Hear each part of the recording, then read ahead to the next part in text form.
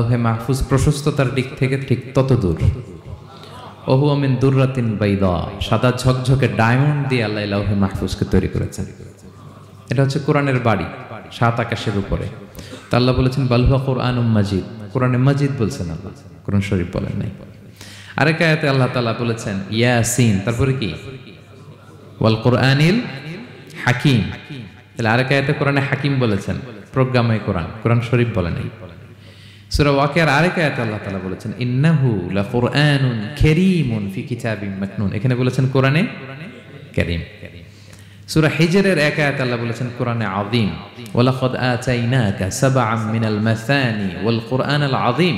নবী হে, আপনাকে আমি নিত্য পাঠনীয় সপ্ত বাক্য দিয়েছি আর কোরআনে আযীম দিয়েছি। তাহলে আল্লাহ বললেন কোরআনে মাজিদ, তিনি বললেন কোরআনে হাকিম, তিনি বললেন কোরআনে কারীম, কোরআনে আযীম। কিন্তু এগুলো সব থেকে আমরা কি বলি?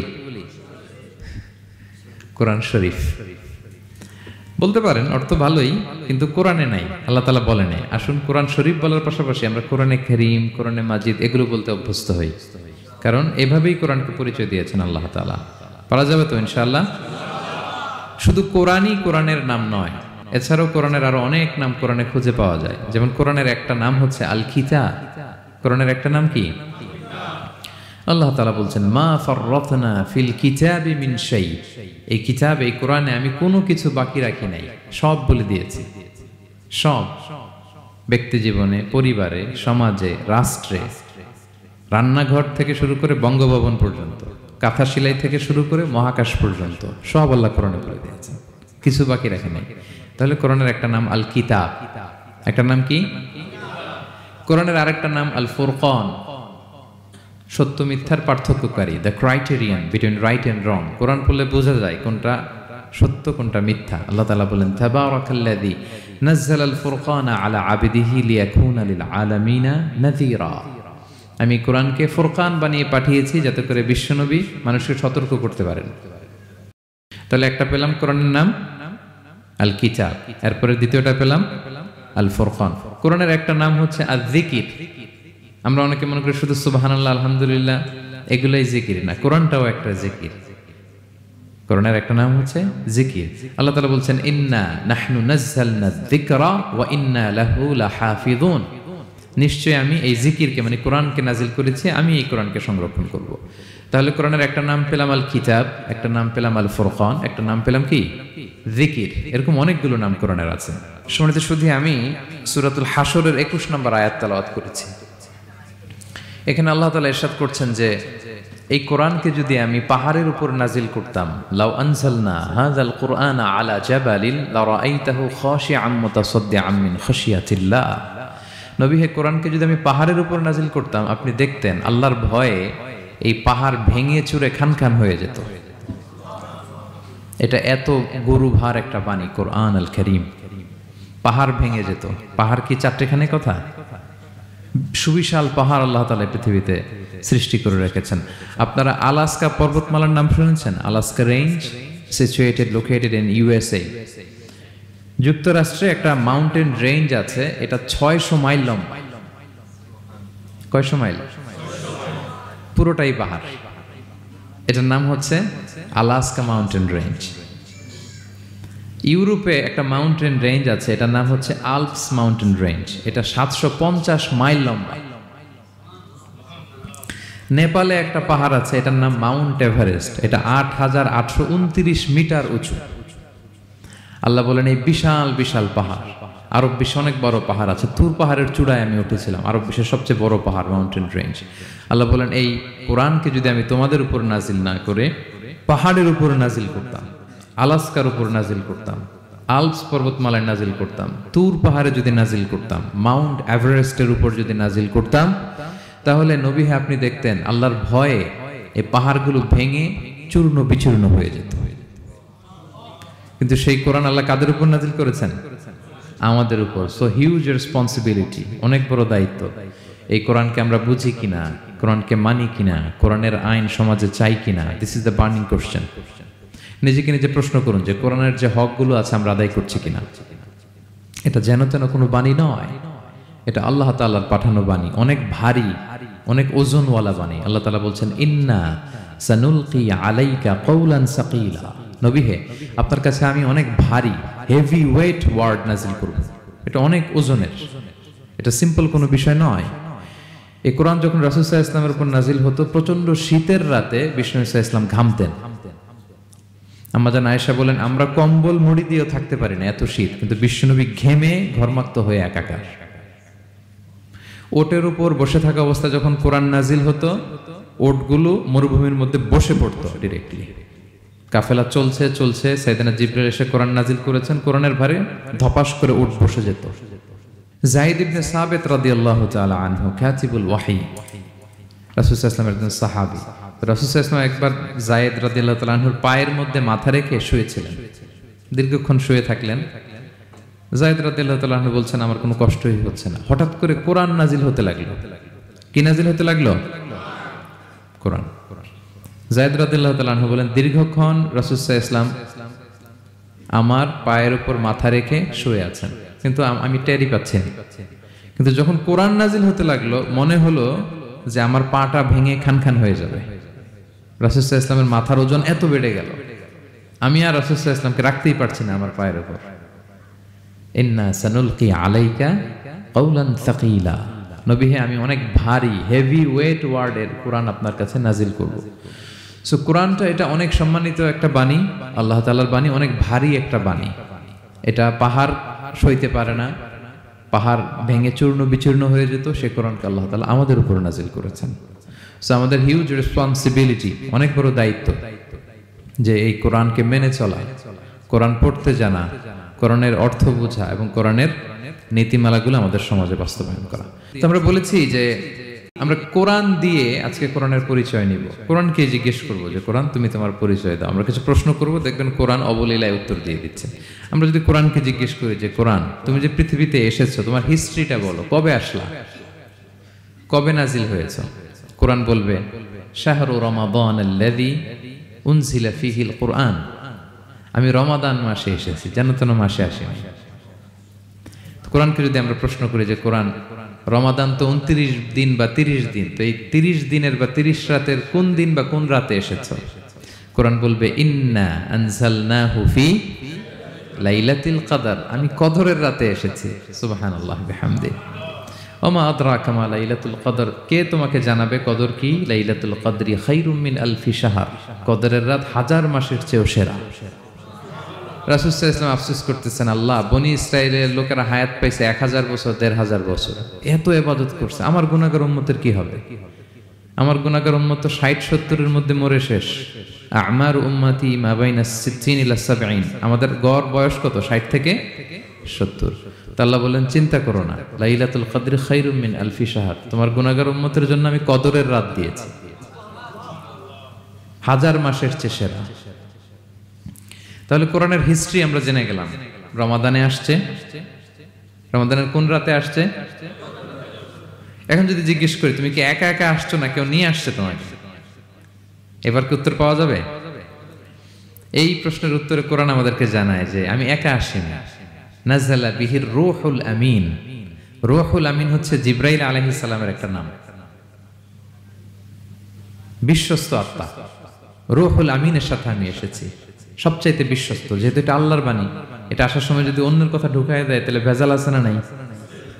আমিন, বিশ্বস্ততার সাথে যে পৌঁছে দিবে, বাণী বাহকের কাজ করবে, এরকম সবচাইতে বিশ্বস্ত ফেরেশতা জিবরাইলকে দিয়ে আমি পাঠিয়েছি। তাহলে কোরআন একা আসে, সবচাইতে শক্তিশালী ফেরেশতা জিবরাইল আলাইহিস সালামের লাহু সিত্তু মিআতু জানা, 600 পাখা আছে, 600 পাখা। সব নবীদের কাছে এসেছেন ওহী নিয়ে, এরকম একজন ফেরেশতা দিয়ে কোরআনকে পাঠানো হয়েছে। এবার যদি জিজ্ঞেস করি যে কোন ভাষায় তোমাকে নাজিল করা হয়েছে বলো, আছে এটা কোরআনে? কোরআন আমাদেরকে জানাচ্ছে ইন্না আনসালনাহু কুরআনান আরাবিয়ান লাআল্লাকুম তাআকিলুন, নিশ্চয় আমি কোরআনকে আরবি ভাষায় নাজিল করেছি যাতে তোমরা বোঝো। সুস্পষ্ট আরবি ভাষায় এই কোরআনকে আল্লাহ তাআলা নাজিল করেছেন। তাহলে হিস্ট্রি আমরা জানতেছি ধীরে ধীরে, না? রমাদানে আসলো, কদরে আসলো, একা আসে নাই, জিবরাইল আলাইহিস সালামের সাথে আসলো, আরবি ভাষায় নাজিল হলো।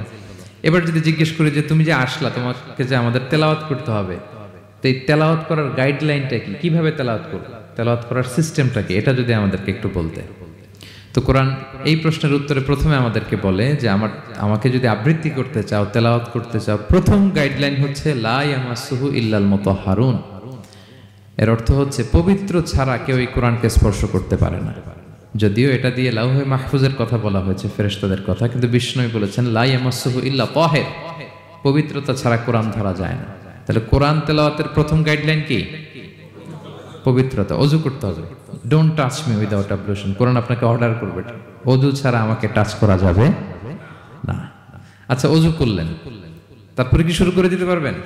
না, কোরআন বলে ফাইদা ক্বরাতাল কুরআনা ফাস্তাইয বিল্লাহি মিনাশ শাইতানির রাজিম।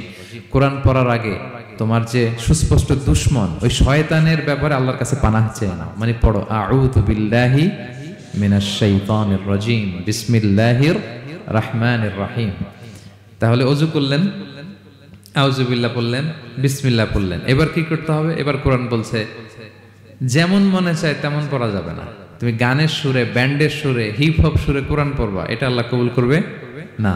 কোরআন বলছে ওয়ারাত্তিলিল কুরআনা তারতিলা, তারতিলের সাথে কোরআন পড়তে হবে, ধীর স্থির ভাবে কোরআন পড়তে হবে। তারতিল, আপনারা যারা কোরআন পড়বেন তারতিলের সাথে পড়বেন। What is তারতিল?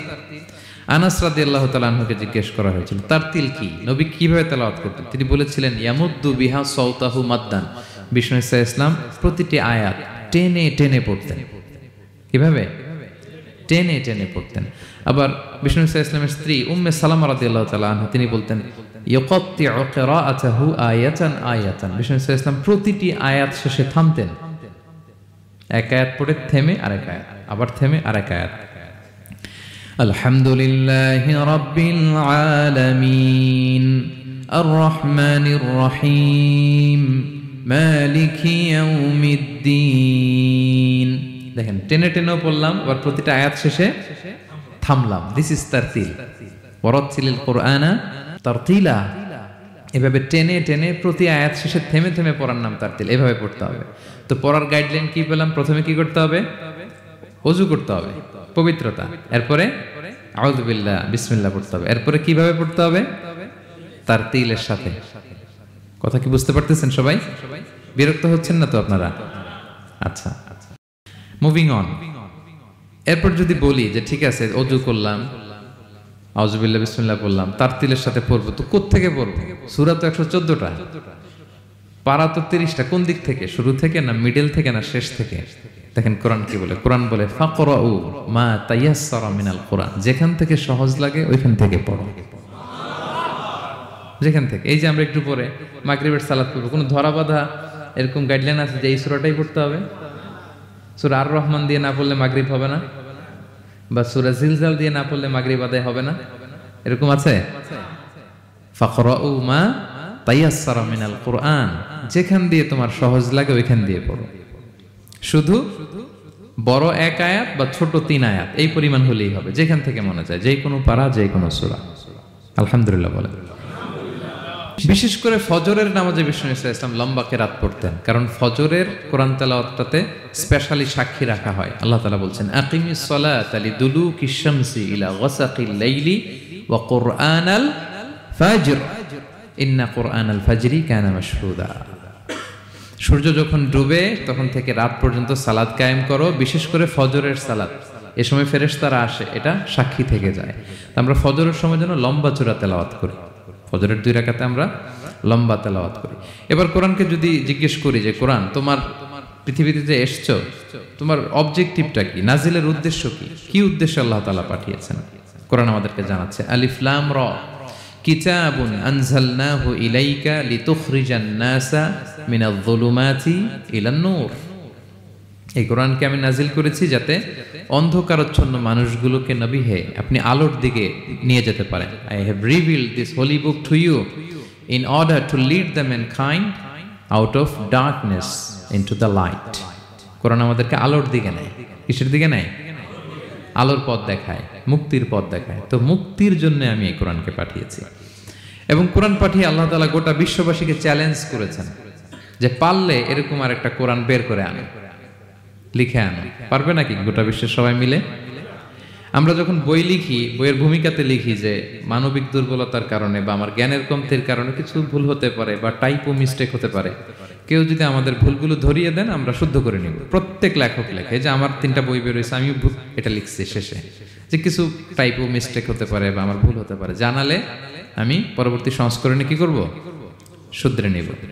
কিন্তু কোরআন ব্যতিক্রম।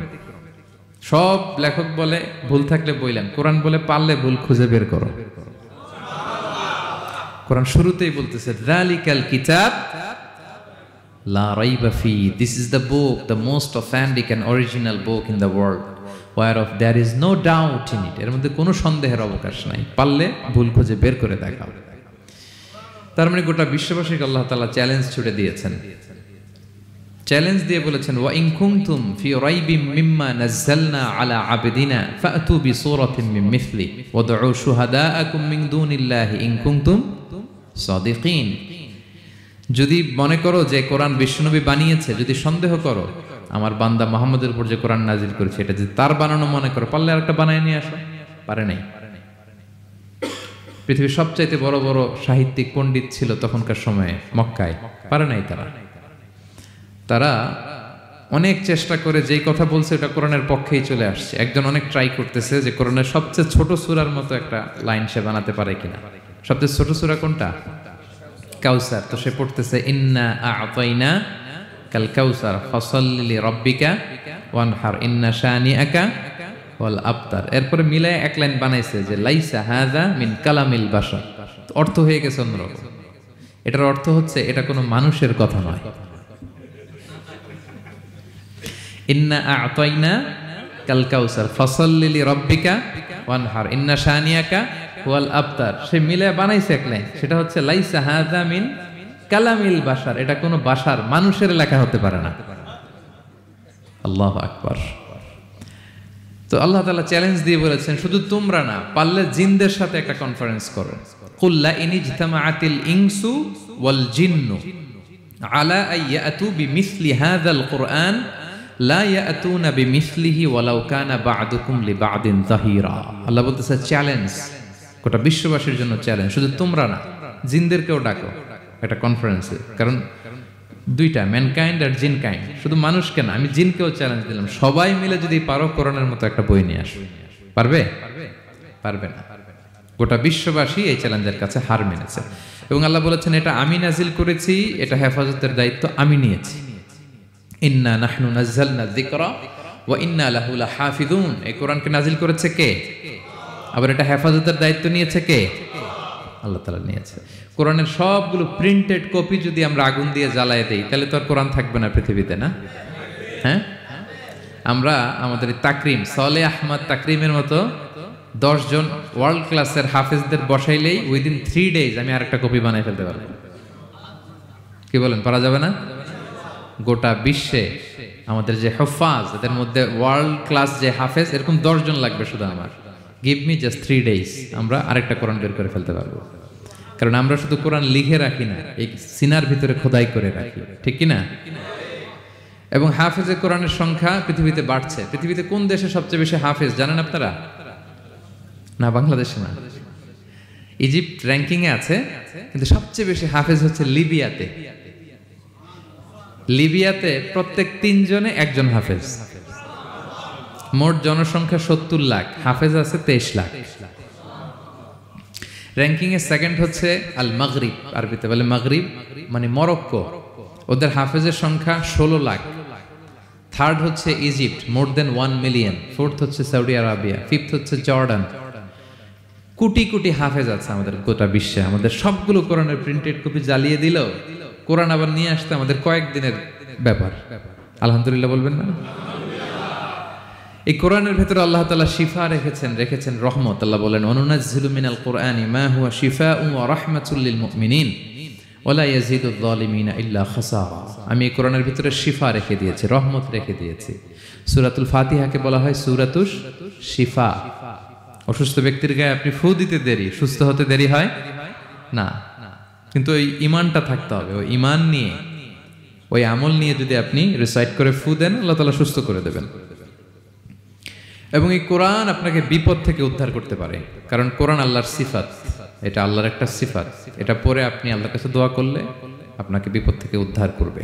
আল্লাহ তাআলা বলছেন, ওয়া ইযা ক্বারা'তাল কুরআনা জাআলনা বাইনাকা ওয়া বাইনাল্লাযীনা লা ইউমিনুনা বিল আখিরাতি হিজাবাম মাসতুরা।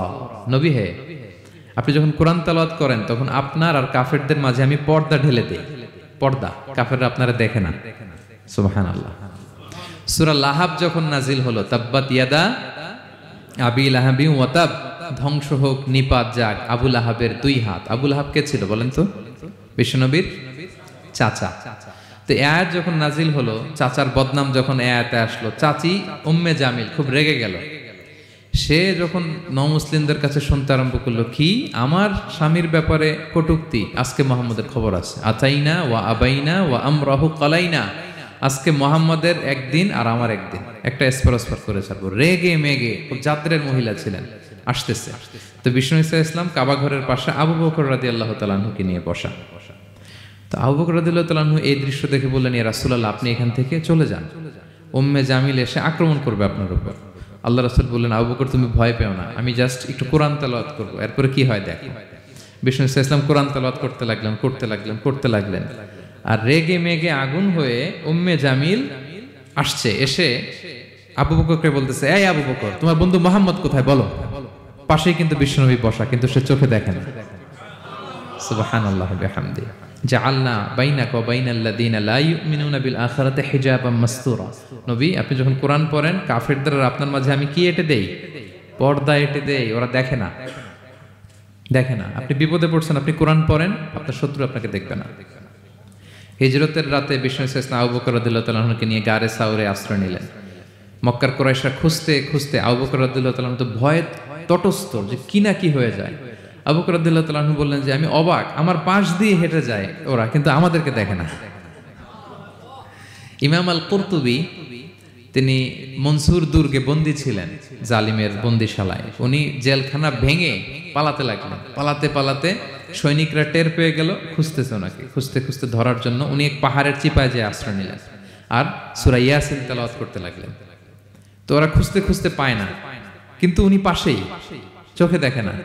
তো উনি বললেন যে হঠাৎ এক সৈনিক, সে ইউরিন পাস করতে লাগলো দাঁড়িয়ে, মানে প্রস্রাব করতে লাগলো। তার প্রস্রাবের ছিটে ফোঁটা আমার গায়েও লাগতেছে, কিন্তু সে আমারে দেখে না।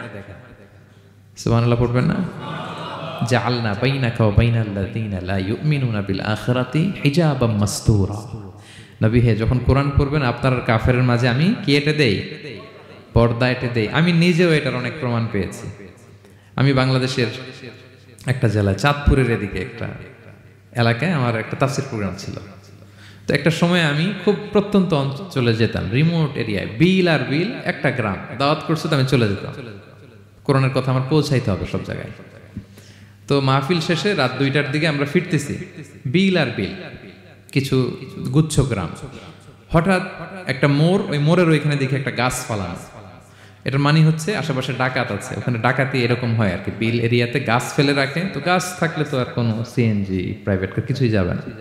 তাই আমি বুঝতে পারলাম যে এটা তো ডাকাতের কাজ। আমি সূরা ইয়াসিন তেলাওয়াত শুরু করে দিলাম। বিপদে বলে সূরা ইয়াসিনের প্রথম 9 আয়াত, কয় আয়াত? এই 9 আয়াত পড়বেন। পড়তে আরম্ভ করলাম, ড্রাইভারকে বললাম একটু করে পেছাও। তো টর্চ মারতেছে বিল থেকে, মানে ওরা তো ওখানে উৎপেতে আছে। আমি পড়তেছি, কিছুক্ষণ পরে ডাকাত নিজে এসে গাছ সরাই দিয়ে বলতেছে যান। মানে ও কি করবে ও নিজেও বুঝতেছে না। ও যে কি করবে, ও কি করতে হবে, ওটা মানে বুদ্ধিজ্ঞান সে হারাই ফেলেছে। সে শুধু গাছটা সরালো, বলতেছে যান, এই চলে গেলাম আমি। এটা আমার নিজের প্রমাণ, হয়তো কোথাও বলি নাই, আজকে প্রসঙ্গক্রমে বলা হয়ে গেল। তো এরকম বিপদে পড়লে সূরা ইয়াসিনের প্রথম কয় আয়াত পড়বেন আপনারা। জাআলনা বাইনাকা ওয়া বাইনাল্লাযীনা লা ইউমিনুনা বিল আখিরাতি হিজাবাম মাসতুরা। আপনার আর আপনার শত্রুদের মাঝে কি হয়ে যাবে? পর্দা পড়ে যাবে, দেখবেই না আপনাকে। অনেক চেষ্টা করেছিল মক্কায় কুরাইশরা রাসূল সাল্লাল্লাহু আলাইহি ওয়াসাল্লামের এই কোরআনে বাধা দিতে, যাতে এই কোরআনের কথা শুনতে না পারে। কারণ যারাই বিশ্বনবীর কণ্ঠের তেলাওয়াত শুনতো, এরাই মুগ্ধ হয়ে কালিমা পড়ে মুসলমান হয়ে যেত। তারা ডিস্টার্ব করতো কোরআনের মাহফিলে। وقال الذين كفروا لا تسمعوا لهذا القرآن والغوا فيه لعلكم تغلبون। তারা বলতো যে মুহাম্মদের কণ্ঠের কোরআন তোমরা শুনবে না, বরং ডিস্টার্ব করবে। কি করবে? তো আবু জাহেল যখন ঘোষণা দিল, তখন বিশ্বনবী তেলাওয়াত করলে ওরা শীষ দিত, হুইসেল বাজাতো। মোকাআউ ওয়া তাসদিয়া, হুইসেল বাজাতো আর হাততালি দিত এরকম। তো হাততালি দিয়ে যাতে বিশ্বনবীর সাউন্ডটা অন্যরা না শুনে, বিশ্বনবীর চারদিকে ঘিরে হুইসেল মারতো আর হাততালি দিত, ডিস্টার্ব করতো যাতে না শুনে। কিন্তু এই কোরআনের বাণীটা কার? এই বাণী কি হুইসেল দিয়ে আটকানো যায়? হাততালি দিয়ে? যার আমিন ফেরেশতাদের আমিনের সাথে মিলে যাবে তার গুনাহ মাফ। তাহলে ফেরেশতাদের আমিনের সাথে আমার আমিন মিলাতে হবে না? ফেরেশতার আমিনের সাথে আমার আমিন মিলানোর দুইটা দিক, একটা হলো টাইমের মিল আর একটা হলো শব্দের মিল। তো টাইমের মিলটা মিলছে তাহলে কখন? ইমাম যখন ওলা দলিনকে ছেড়ে দেয় তখন ফেরেশতারাও আমিন বলে, আমরা আমিন বলি, একই টাইমের মিল হলো। এবার আরেকটা মিল হতে হবে আওয়াজের মিল। তো ফেরেশতাদের আওয়াজ কি আমিন কোনোদিন কানে শুনছেন? তা আপনি জোরে কন কেন? ফেরেশতারা কইলো আস্তে, আপনি কলেন জোরে, তাহলে অর্ধেকে মেললো আর অর্ধেকে মেললো না। টাইমই মেলছে আওয়াজে, তাহলে গুনাহ অর্ধেক থেকে যাবে। আর যদি পুরো মাফ করাইতে চান তাহলে টাইমও যেমন মিলেবেন, আওয়াজও এরকম মিলেবেন। ফেরেশতারাও আস্তে কইছে, আমিও আস্তে বলবো। কতক্ষণ? ফেরেশতারা জোরে করো না আস্তে করলো, তা বুঝলাম কি রে? তা বুঝলাম কি রে মানে কানে না শুনলি তো আস্তে কইছে, আমি শুনি নাই বিদায় আস্তে। আর কি দলিল লাগে? ঠিক কি ঠিক না? কাজে আমিন হবে আস্তে। এবার আসেন মাসলা, এ কথা তো মনে আছে, একা একাও যদি নামাজ পড়েন ফিস ফিস করে কিরাতে, আমার বাবারা ভাইরা এদিক লক্ষ্য করেন, আপনি একা একাও নামাজ পড়লে সূরা ফাতিহাটা এইভাবে ছেড়ে ছেড়ে দিয়ে পড়বেন, তাহলে আল্লাহ পাক ফাঁকে একটা জবাব দিতে পারে। আর আপনি এক নিঃশেষে মারিয়ে দিয়েছেন আলহামদুলিল্লাহ রাব্বিল আলামিন রহমানির রহিম মালিকি ইয়াউমিদ্দিন ইয়াকা না'বুদু ওয়া ইয়াকা নাস্তাঈন গায়রিল মাগদুবি হঠাৎ দলিন। আল্লাহকে আমি যেটুকু কবিতা করলে কব, তুই তো যা চাইছ তা দিয়ারই সময় পেলাম না। হঠাৎ দলিন করতে যে হঠাৎ দলিনকে বেলাই যা দেব তা দিয়ারই তো সময় পেলাম না, তুই কি চালি কদি দেই? তাহলে আমি তো সূরা ফাতিহা সবচেয়ে বড় মুনাজাত, সবচেয়ে বড় মুনাজাত কি? তাই আল্লাহর কাছে বললাম আল্লাহ দেওয়ার জন্য রেডি, আমি নিতে সুযোগ নেই না, আল্লাহরে দিতে সুযোগ। তাহলে আজকে থেকে কিরাতে ভাবে কেটে কেটে পড়বো, ঠিক আছে না? তাড়াতাড়ি পড়ি, সময় কম। আলহামদুলিল্লাহ রাব্বিল আলামিন আর রহমানির রহিম মালিকি ইয়াউমিদ্দিন ইয়্যাকা না'বুদু ওয়া ইয়্যাকা নাস্তাঈন ইহদিনাস সিরাতাল মুস্তাকিম। পরিমাণ মতো হালকা হালকা টান দিয়ে শুদ্ধ মাখরাজ সহ শুদ্ধ আপনি শর্টে কাটে পড়েন, তবু আয়াতগুলো শ্বাসে শ্বাসে ছেড়ে দিয়ে পড়েন। তবে এক নিঃশ্বাসে ছেড়ে দিয়ে দুই আয়াত পড়বেন না, ছাড়িয়ে দেবেন তো নিঃশ্বাসও ছাড়তে হবে, নইলে আবার সই হবে না। এক মাসালা, দুই এদিক তাকান। এরপরে সূরা ফাতিহার পরে কিরাত পড়বেন। এই কিরাতের মাসালা উলামায়ে কিরাম সবাই খেয়াল করবেন, মা বোনরাও খেয়াল করবেন। আপনি পাবলিকরা বিশেষ করে যদি মাঝখান দিয়ে খোঁজ কাবলা একটু কোরআন শরীফ মুখস্থ থাকে, সেইটুক নামাজের মধ্যে পড়ার জন্য দিল কান্দি ওঠে, সেটুকির সাথে পরের রেখাতের সাথে মিল আছে কিনা আপনার দেখতে হবে, ইমামতি শিখতে হবে। আমি গহরডাঙ্গায় দাওরা পড়ি যেবার মৌলানার ক্লাস, 6 মাসের পরে 6 মাস আমি অন্য নানুপুর পড়ছি, মেশকাত তারাইল ফুকরে পড়ছি, জালালাইন পর্যন্ত, গহরডাঙ্গা শুধু দাওরা হাদিস পড়ছি। তো 6 মাস পরে যাইয়া কি দেখি রে হুজুররা চৌমনি হুজুর আমারে কয় যে তুমি আসর মাগরিব ঈশা 3 ওয়াক্ত নামাজ পড়াবা মাদ্রাসার মসজিদে, 1400 ছাত্র, মোহতাম সাহ হুজুর, চৌমনি হুজুর, ঢাকার হুজুর, কাশিনী হুজুর, বরিশালের হুজুর, কোটালীপাড়া হুজুর, পাটগাতির হুজুর, বগুড়ার হুজুর, বড় হবের শাহ হুজুর, এরা হলো বাঘের মতো মানুষ, মানে সামনে দিয়ে আটতে গেলেও পেশাব এসে যায় বয়তে, এমন বেটা বেটা মানুষ। তার মধ্যে আমার দেশে ইমামতিতে, আমি তো হাফেজ না, পাবলিক নামাজ পড়াই, কাঁপতি কাঁপতি পড়াই। প্রথম তো ছোট ছোট আয়াত তো দম ফুরে যায়, সে সাইডে উঠতে পারি না, ঢোক এসে যায়। তো ওইভাবে পড়াই। এবার কণ্ঠ ছিল ভালো, হুজুর আমার খুব পছন্দ করছে, উচ্চারণ যা ছিল সব হুজুরই সাপোর্ট দিছে। এখন কিরাত ওইরকম যে আনতে পারি সে আনতে পড়ি, আমার তো ওই ফিকা জানা নাই। বরিশালের হুজুর রহমাতুল্লাহ আলাইহি ক্লাসের মধ্যে একদিন বলতেছে, মিয়া আজকে মাগরিবের নামাজে প্রথম রিকাতে আলাম তারা পড়লে, পরের রেখাতে ইন্না তাইনা পড়লে, এই 2 সূরার মধ্যে মিল কি? তুমি তো আলেম হয়ে গেছো মাওলানা, তর্জমা তো জানো, কোন তর্জমার মিলের কারণে আলাম তারার পরে ইন্না তাইনা পড়লে? আর একদিন প্রথম রেখাতে লীলাভি পড়ছি, পরের রেখাতে যে কুলু সূরা পড়ছি। মিয়া প্রথম রেখাতে লীলাভি পড়ে পরের রেখাতে কুলু পড়লে 2 সূরার মধ্যে মিল কি? তুমি পাবলিকই পড়ে ভুল পড়ে বা যা করে যেটুক পড়ে, আল্লাহ সুযোগ দিয়েছে ফাকরা মা তায়াসসারা মিনাল কুরআন, যে কোনো জায়গাতে পড়লে নামাজ হবে। তো তুমি আলেম হয়ে এরকম গলমিল পড়ো কে? 2 কিরাত 2 রেখাতে পড়বা, আগের রেখাতে যে কিরাত পড়বে পরের রেখাতে সেই 2 কিরাতের মধ্যে তর্জমাগত দিক দিয়ে, নাজেলের দিক দিয়ে, অবতরণের দিক দিয়ে, মাসালার দিক দিয়ে মিল হতে হবে। বুঝতেছেন আপনারা নাকি আমি কি করতেছি তা আল্লাহ জানে? আমি কি বুঝাচ্ছি? একটু টের পাচ্ছেন সবাই কি? আর একটু আগুন তাহলে আরো ভালো বুঝতে পারবেন। এখন আমি বললাম যে হুজুর মিল টিলির তো কোনো চিন্তা করি না। কাজে বেটা এদিক প্রথম রিকাতে যদি তুমি আলাম তারা পড়ো তাহলে অবশ্যই দ্বিতীয় রিকাতে লিলাফি পড়বা, না পড়লে নামাজ হবে না তা না, আবার উল্টো বুঝতে না যেন নামাজ হয়ে যাবে। কিন্তু একজন দুনিয়া কিরাতের ভিতরে যে মিল আছে মিলটা তুমি নষ্ট করবা কা? যে তর্জমা বোঝে তার ভিতরে খুব জ্বালা লাগে। আলাম তারা সূরার ভিতরে কি আসছে তর্জমা শুনেন, আলাম তারা কাইফা ফাআলা রাব্বুকা বিআসহাবিল ফিল। হে নবী আপনি কি দেখেন নাই আপনার রব আপনার আল্লাহ হস্তি বাহিনীর সাথে কি আচরণ করেছে? আব্রাহা ছিল কি বলে, আব্রাহা বাদশা কাবা ঘরকে ধ্বংস করার জন্য নবিয়া পাক দুনিয়া আসার আগেই নবিয়া পাকের চাচা দাদা যান খাজা আব্দুল মুত্তালেব হুজুরের দাদা, তার জিম্মায় ছিল কাবার চাবি। কুরাইশদের জিম্মায় কাবা ঘরের রক্ষণাবেক্ষণের দায়িত্ব ছিল। সে সময় নবীও দুনিয়া আসে নাই, আর মুসলমানদের তো কোনো গন্ধই নাই। কিন্তু কাবা ঘর সে আগের থেকেই সম্মানী। কাবা ঘরের জিম্মাদারি ছিল কুরাইশদের কাছে। কাদের কাছে? কুরাইশদের কাছে। এই কুরাইশদের হাত থেকে কাবা ঘরকে ধ্বংস করে দিয়ে আব্রাহা তার এলাকায় কাবা বানাবে বলে সিদ্ধান্ত নিয়ে হাতি বাহিনী নিয়ে আসছে। আল্লাহ কয় ওয়া আরসালা আলাইহিম তায়রান আবাবিল, আমি উড়ন্ত পাখি এক ঝাঁক পাঠাই দিয়া, ওয়া আরসালা আলাইহিম তায়রান আবাবিল পাখি পাঠাই দিয়েছি, তার মিহিম বিহিজারাতিম মিন সিজিল, ছোট ছোট পাথর মারছি, পাথরগুলো অ্যাটম বোমার মতো কাজ করছে। ফাজাআলাকুম কাসফিম মাকুল, তাদেরকে বানাই দিছি এমন হাতি সহ কেমন যেন খাওয়া ধান, গাছ বা ধানের ভিতরে যদি গরু ছেড়ে দেন খাইয়ে পাড়ায় যেমন নষ্ট করে ফেলে, এই হস্তি বাহিনীকে তার বাহিনী সহ শেষ করে দিছি।